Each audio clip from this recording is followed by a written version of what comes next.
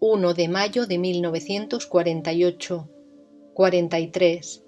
Concentración y no deseación.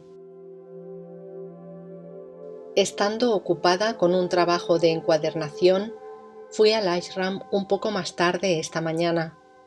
Eran sobre las 9.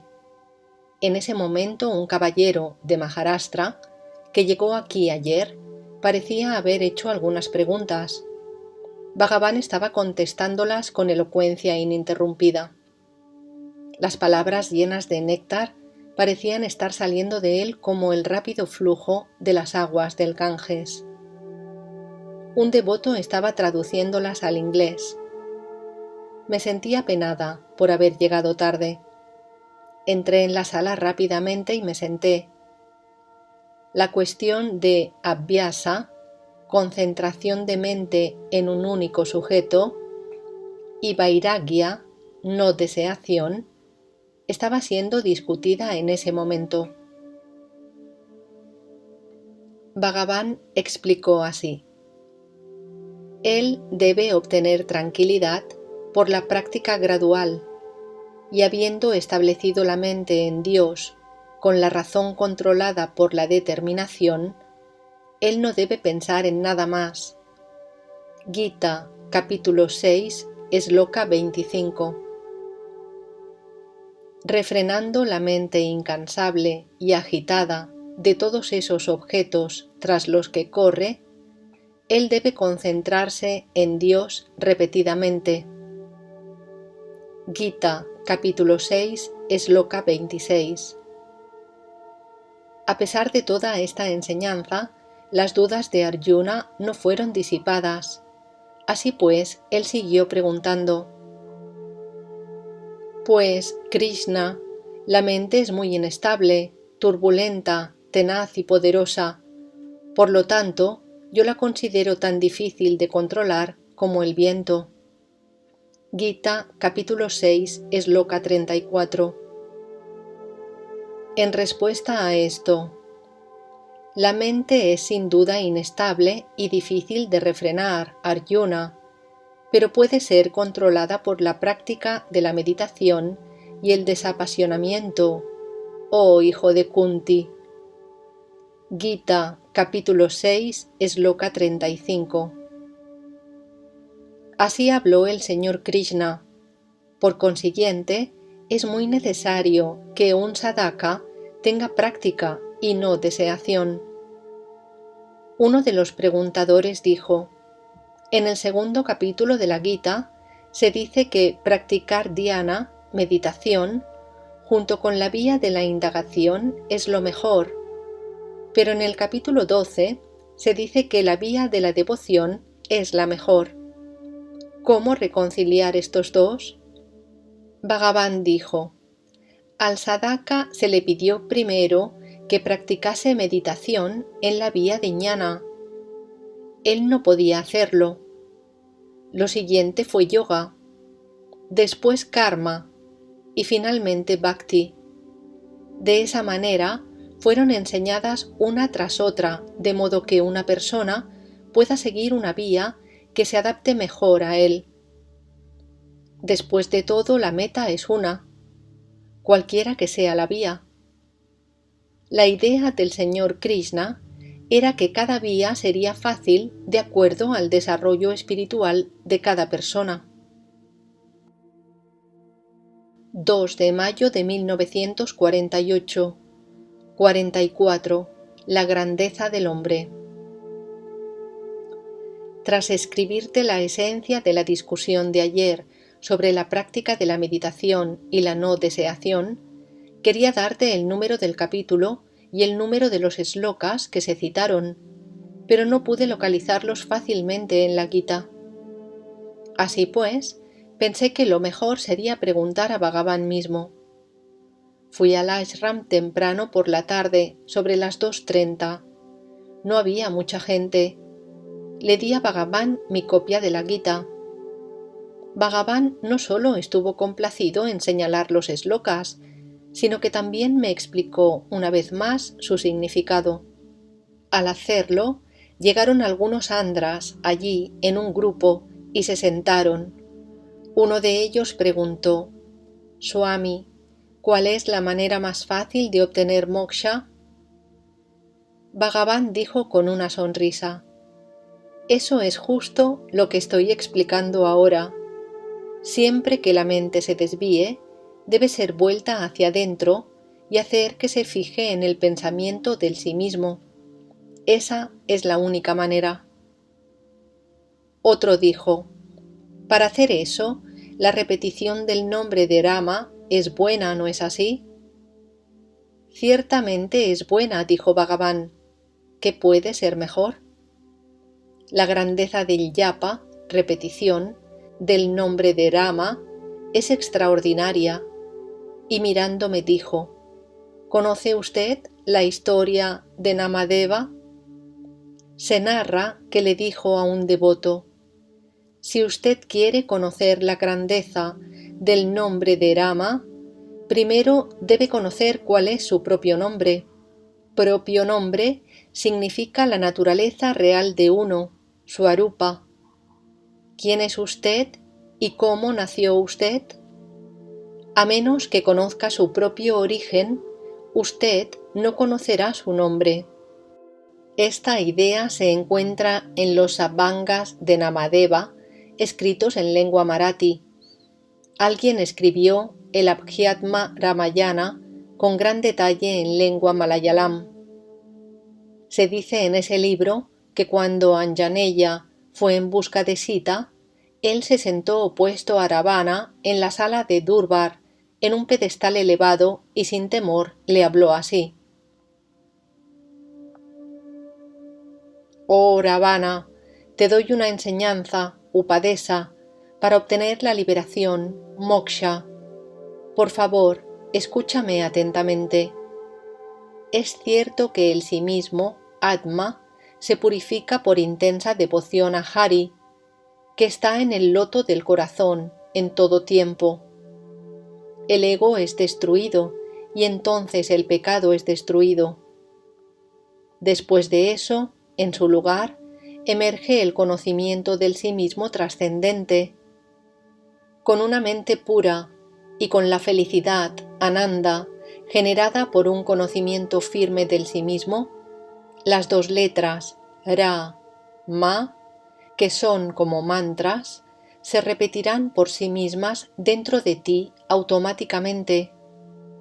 ¿Qué más se requiere para una persona que tiene este conocimiento, por muy pequeño que pueda ser? Por consiguiente, adora los pies del loto de Vishnu, que eliminarán todos los temores mundanos que son queridos para todos los devotos y que brillan tan resplandecientemente como la luz de 1.000.000 de soles. Abandona la ignorancia de tu mente. Esto ha sido mencionado en 2 o 3 slokas del Adhyatma Ramayana sánscrito, pero no de forma tan elaborada como en el texto malayalam. ¿Es la grandeza del nombre de Rama ordinaria? Pero una cosa, el método de repetir el nombre, yapa, debe ser conocido. En el caso de todo yapa, se dice pranayame viniyogaha, que significa que la respiración debe ser controlada primero y entonces debe hacerse yapa. En otras palabras, la mente debe ser controlada. Sambandha es un devoto de Shiva. Él explicó en un verso la manera de hacer el yapa de Panchakshari, 5 letras, del nombre del Señor Shiva. Su significado es que uno debe cerrar Navadwaras, las 9 aberturas del cuerpo humano, es decir, 2 ojos, 2 oídos, 2 fosas nasales, boca, ano y el órgano de generación, cerrarlos y sellarlos, de otro modo la mente se escapará.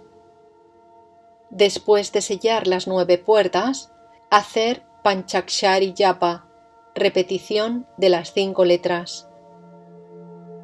Si controlando los sentidos la mente puede ser controlada, es decir, sumergida, eso que permanece es el sí mismo.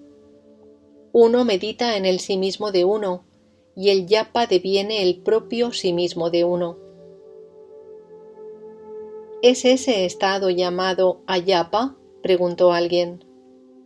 Bhagavan: eso que he repetido internamente es ayapa, pero ¿cómo podría ser ayapa lo que he repetido por la boca? Devoto: ¿sería posible para toda la gente en todo tiempo hacer yapa así? Bhagavan: no, no será posible. Por eso es por lo que los antiguos han dicho que uno debe hacer yapa por algún tiempo, cantar por algún tiempo, leer, escribir, y así volver a la mente hacia las buenas obras e impedirla caer en malos hábitos. La Gita también dice que uno debe detener la errancia de la mente por la práctica y la no deseación. El yapa es así. La mente debe concentrarse gradualmente en hacer yapa. Es para obtener esa concentración por lo que se han prescrito todas las demás prácticas en la vía espiritual, sadhana. Su control de la mente por práctica y no pasión. Patanjali Yoga Sutras. 19 de mayo de 1948. 45. El significado de Dakshinamurti. Siendo ayer martes, me levanté muy temprano y fui alrededor de la colina. Después de volver a casa y terminar mis tareas caseras, fui al ashram a las 7:30 de la mañana. Tan pronto como me levanté, después de postrarme ante Bhagavan, él me preguntó: ¿viene ahora de Pradakshina tan temprano? Volví a las 7, pero me retrasé un poco en casa, dije. Vaya, ¿a qué hora comenzó usted?, preguntó Bhagavan. A las 3:30 de la mañana, dije yo. ¿Tan temprano? ¿Quién más estaba con usted?, preguntó Bhagavan. Nadie, he ido sola, no siento miedo, dije. Eso está bien. ¿Qué hay que temer? Cuando nosotros vamos alrededor de la colina, lo hacemos sobre todo por las noches, dijo Bhagavan. Un devoto dijo: parece que en una ocasión, cuando todos ustedes iban alrededor de la colina, un devoto le pidió a usted que explicara el significado del Dakshinamurti Stotra. Y para cuando usted hubo terminado de explicar solo un sloka, era el amanecer. Bhagavan: sí, naturalmente, hay tanto que explicar si uno quiere. Cuando yo estaba en la colina, Palaniswami me preguntó y yo escribí en verso el significado de esos slokas. Quería escribir el comentario también, pero para entonces el libro ya se había enviado para imprimir. Más tarde un devoto envió a un hombre urgentemente a pedir material para una introducción, y ese fue el final.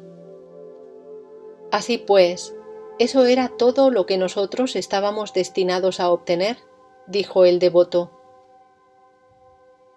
Hoy, al ir alrededor de la colina, advertí en un templo Arunachala el ídolo de Dakshinamurti con la figura de un demonio bajo los pies, y pregunté por qué era así.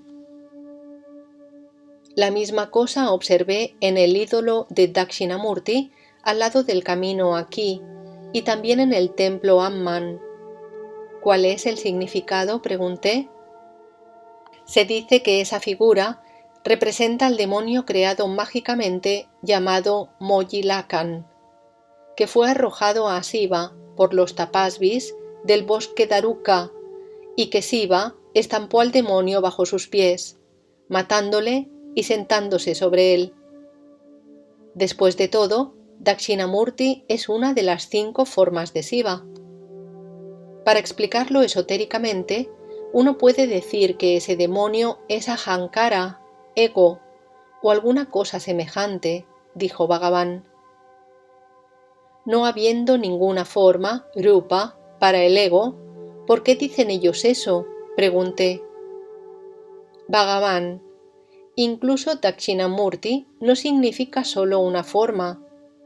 En el Dakshinamurti Stotra es esa no forma lo que ha sido descrito de varias maneras. Todas ellas indican solo no forma. Lo mismo que la no forma fue inventada, así también las descripciones de la forma. Otra persona tomó el hilo de la conversación y preguntó: se dice que Valmiki obtuvo su nombre debido a que salió de una Valmika, colina de hormigas, y que Vyasa obtuvo su nombre debido a su organización, Vyasa, organizador, de los Vedas, en su forma presente. ¿Cuál podría ser la razón para que Vashista sea llamado por ese nombre? Bhagavan. Vashista significa una persona que sabe qué es lo mejor, Vishista. Devoto. ¿Cuál es el significado de las palabras Pasyam, Sarvam, Tabakrititaya, Satatam, que aparecen hacia el final del quinto sloka de Arunachala Pancharanan? Bhagavan. Eso significa ver todo como una forma suya. Devoto. Yo no soy capaz de comprender eso todavía. ¿Puedo pedirle a usted que me dé el significado del sloka entero? Bhagavan. Está bien. Ahora escuche. Tvayarpita Manasa significa con la mente entregada a ti. Pasyam Sarvam Tabakrititaya Satatam, ver todo como tu forma en todo tiempo. Tuam, tú mismo. Vayate na Anyapedya, adorarte con devoción entusiasta. Saha, él. Yayati Arunachala, Tuayisuke Magnaha, devenir perdido en tu felicidad, oh Arunachala, y tener éxito así en sus esfuerzos. Ese es el significado completo del sloka. Cuando la mente se sumerge en el sí mismo, todo es la forma del sí mismo. Como en todos los lugares, su propio sí mismo es omnipenetrante. Él adora a su propio sí mismo. Aquí abajo se da el sloka entero. El que dedica su mente a ti y viéndote, contempla siempre el universo como tu figura. El que en todos los tiempos te glorifica y te ama como nada más que el sí mismo, él es el maestro sin rival, siendo uno contigo, oh Arunachala, y perdido en tu felicidad. Arunachala Pancharatna, versículo 5.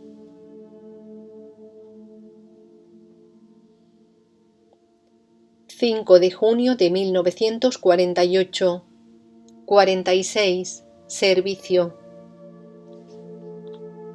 El 1 de junio de 1948, que era el día de la Mahapuya, en el templo de la Madre, fui al ashram a las 2 después del mediodía. Bhagavan acababa de volver del establo y estaba sentándose en el sofá. No había mucha gente allí. Yo ofrecí mis humildes saludos y me senté. Venkataratnam llegó allí. Al verle, Bhagavan comenzó a reír y mirándome dijo: ¿Sabe usted qué ha hecho él esta tarde? Ha hecho un meritorio gran servicio al Swami, servicio incomparable. Hace ahora como una semana desde que Venkataratnam fue asignado a trabajar en lugar de Raya Gopalan, cuidando de la biblioteca y también haciendo servicio personal a Bhagavan. Yo pensé que él podía haber hecho algo mal y por eso dije ansiosamente: ¿por qué? ¿Qué ha hecho? ¿Por qué me pregunta qué ha hecho? Pregúntele usted misma, dijo Bhagavan. Cuando miré a Venkatarannam, le encontré en silencio y con su cabeza inclinada hacia abajo. Después de un rato, Bhagavan mismo contó el incidente así.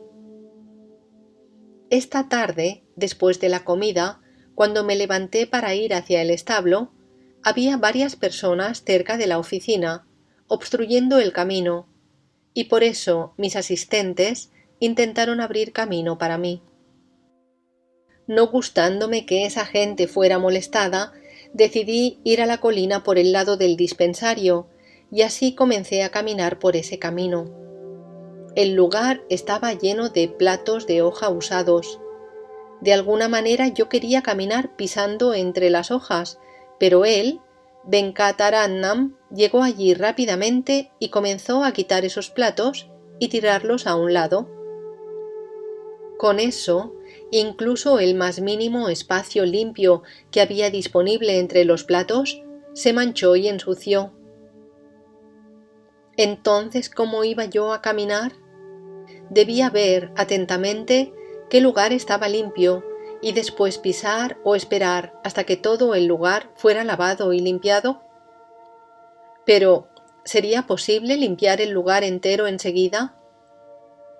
Vea la inteligencia y agudeza del querido muchacho. Yo también reí y pregunté a Bhagavan cómo se apañó él exactamente al final. Bhagavan, yo tenía que ir, de modo que fui. ¿Qué más podía hacer? Pero la cosa no se detuvo ahí. Mientras Venkatarannam estaba poniendo los platos a un lado, Subramaniam comenzó a tirar desde el otro lado todos los platos cerca de las escaleras en el lado de la colina. Él es más inteligente que este tipo. ¿Dejarían ellos de hacer todo eso por meras palabras? No. Su única idea era eliminar inmediatamente los platos sucios que estaban en el camino de Bhagavan, pero nunca, ni por un momento, imaginando que tirando los platos así, todo el espacio devendría manchado. Así es como ellos hacen servicio. Yo caminé todo el trecho sobre ese suelo sucio y tuve que lavar mis pies y la vara de caminar más tarde antes de entrar en la sala. No importa en absoluto si no se lo toma como suciedad. Sin embargo, ellos han hecho todo esto sabiendo que había suciedad y principalmente con miras solo a evitarla. Así es, los occidentales pueden no tomarlo como basura, pero esta gente sí. Pero no se les ocurrió en ese momento, dije yo. Acto seguido Bhagavan observó. Sí, así es. Una vez, un europeo vino aquí y comió con todos los demás. Después se limpió las manos con un pañuelo, lo puso dentro de su bolsillo y se sentó ahí hasta que yo me levanté. En aquellos días toda la gente solía retirar sus hojas usadas ellos mismos y arrojarlas fuera, y así, como todas las hojas eran eliminadas en el momento, todo el lugar se ensuciaba. Tan pronto como yo terminé de comer y me levanté, él se levantó también y caminó pisando los lugares manchados.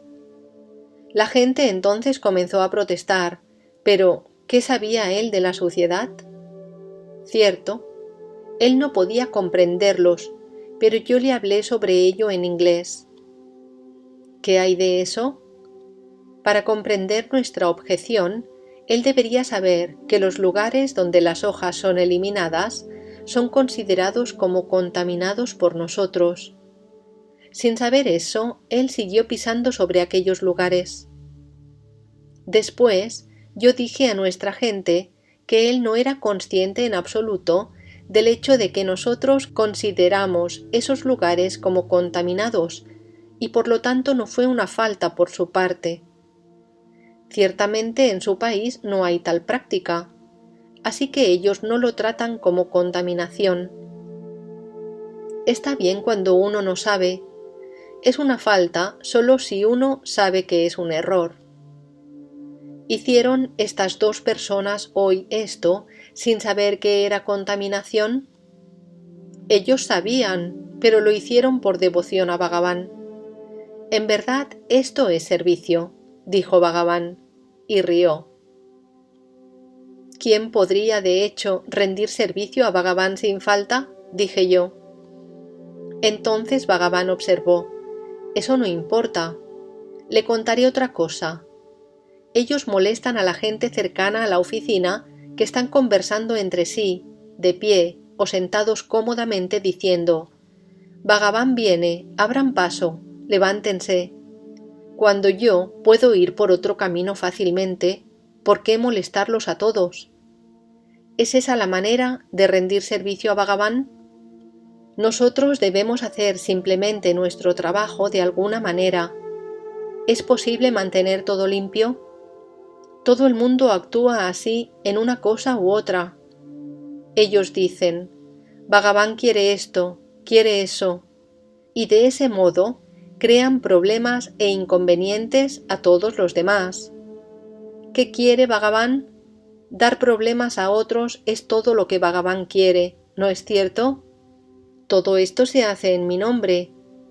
Además de esto, ellos dicen: nosotros estamos haciendo todo para complacer a Bhagavan, estamos sirviéndole. ¡Oh, qué atención y qué servicio! 15 de junio de 1948, 47. Incorporación de la compasión. Como el verano ya ha comenzado, Bhagavan ha empezado a quedarse todo el tiempo en la sala del jubileo.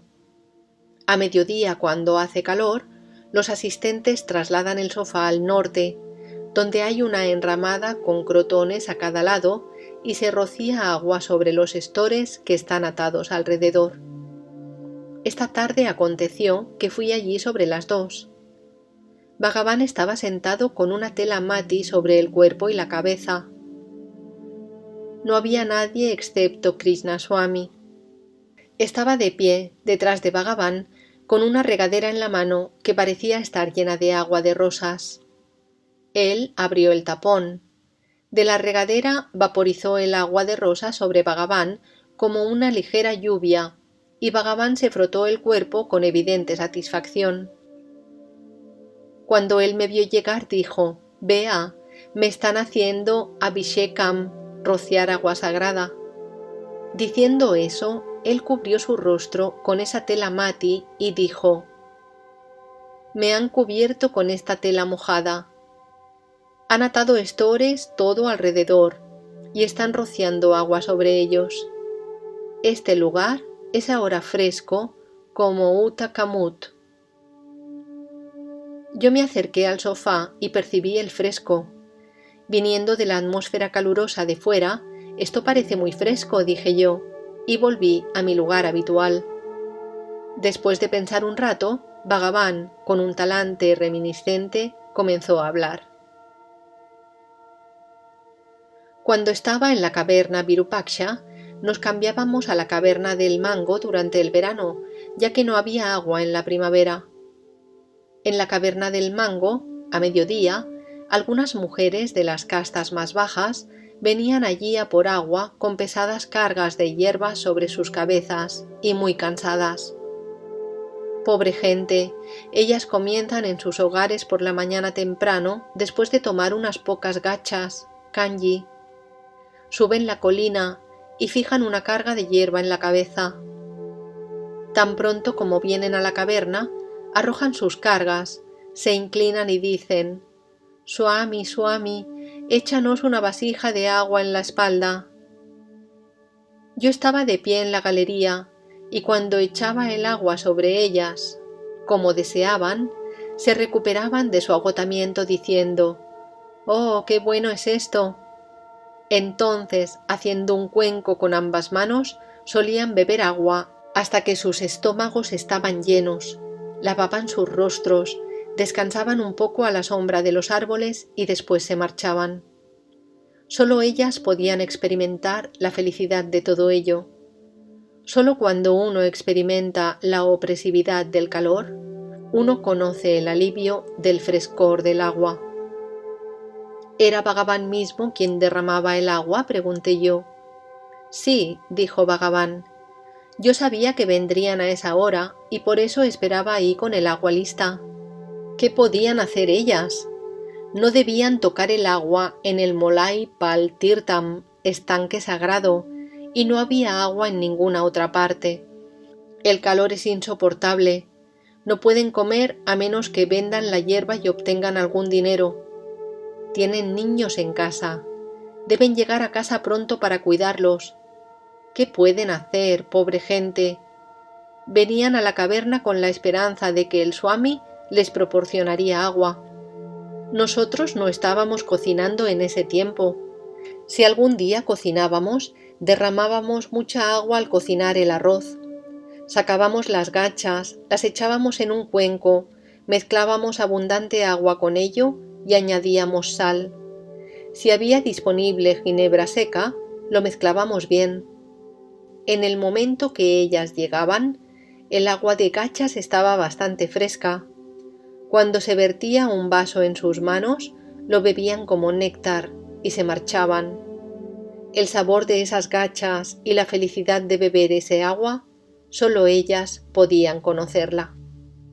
Lleno de emoción, él asumió el silencio.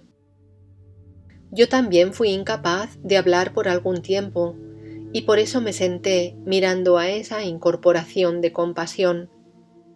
Después de un rato dije: «Este incidente no es mencionado en la biografía de Bhagavan.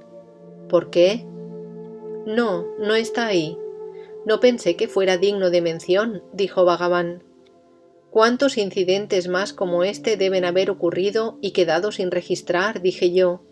Bhagavan meramente asintió con su cabeza.